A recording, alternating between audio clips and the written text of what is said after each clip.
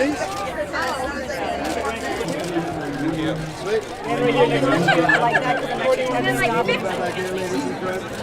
My love for Miss Nancy Ryder, almost 30 years strong, and just gotta support her journey and be part of it, share this experience with her and talk about it, because people can't support a cause they don't know about.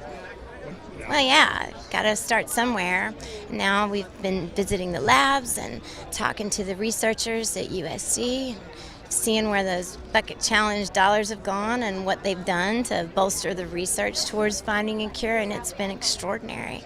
We were down at USC last week, and this lovely gentleman that I was hugging earlier is a genius, and I'm just so grateful for his mind and the work he's doing.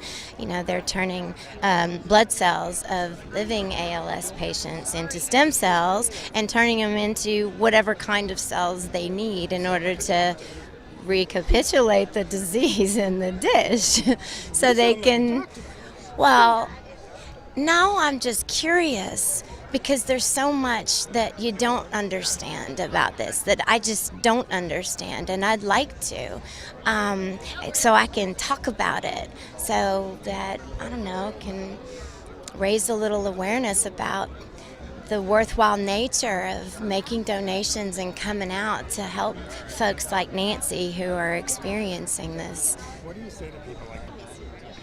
It's hard to describe it, because I just remember the feeling of it. I just remember the overwhelming shock of what that meant, and not really being able to process the information right away. And like everybody, you go into sort of survival mode, and we're going to learn everything there is to learn, and we're going to search the world over and turn over every stone. We're going to find the thing that everyone else has missed. We're going to find it. We're going to discover what there is to know. And at the end of that journey, which is pretty extensive, the heartbreaking reality is that, no one missed anything. This is just where we are right now on the road toward a cure, and there just isn't one. But that doesn't mean that this is for naught. So what's it? I mean, this is sort of the last frontier, isn't it? Neuroscience. And I'm just fascinated every time we go down there to see what they're able to do.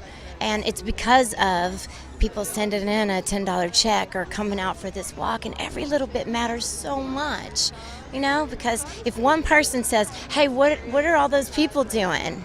Oh, I didn't know that. That's the bucket challenge? Wow, well, what happened to all that money? You can look online and you can see the advancement that's been made in just a couple years. And if we keep that going, think how many lives we'll save, how many families will be touched. I mean, come on, let's do this, y'all. Let's do it. With the advances they've made in just the last couple of years, it sure does bolster that hope, I tell you what. That now they can recapitulate the disease in the Petri dish to test the efficacy of available drugs that are already FDA approved. That sure does expedite the process quite a bit. And it gives hope to the patients who are living with this disease now, that it doesn't have to be after their time. It can be now. It's amazing. Oh, God. I met Nancy when I was on Family Ties. I think it was like 1986. And I just thought she was the coolest lady. I wanted her to represent me as a publicist, and she did not want to. She thought it was a conflict of interest because she had Justine Bateman and Michael J. Fox, and she didn't think it was fair. But then she became my publicist like a couple of years later. Yeah, I do. I remember, I guess it was almost 4 years ago, I think. I remember in January, something was happening to her speech, and unlike other ALS patients, or I'm not sure the word, but usually starts in your limbs, and hers started with her voice, her bulbar area. So it was kind of new, and people couldn't diagnose it. They thought a lot of things, but they didn't think ALS. And there was actually one doctor who said, I think you should get checked for that. And it wasn't for a while later that she did. You just feel inspired to keep, finding a cure. don't know if it's hopeful because it's hard. I mean, I don't know. There's a lot of things happening, but there's such a short window. But there's a lot of improvements. And I was just touring a hospital the other day with her, and it's kind of phenomenal what they're going to be able to do.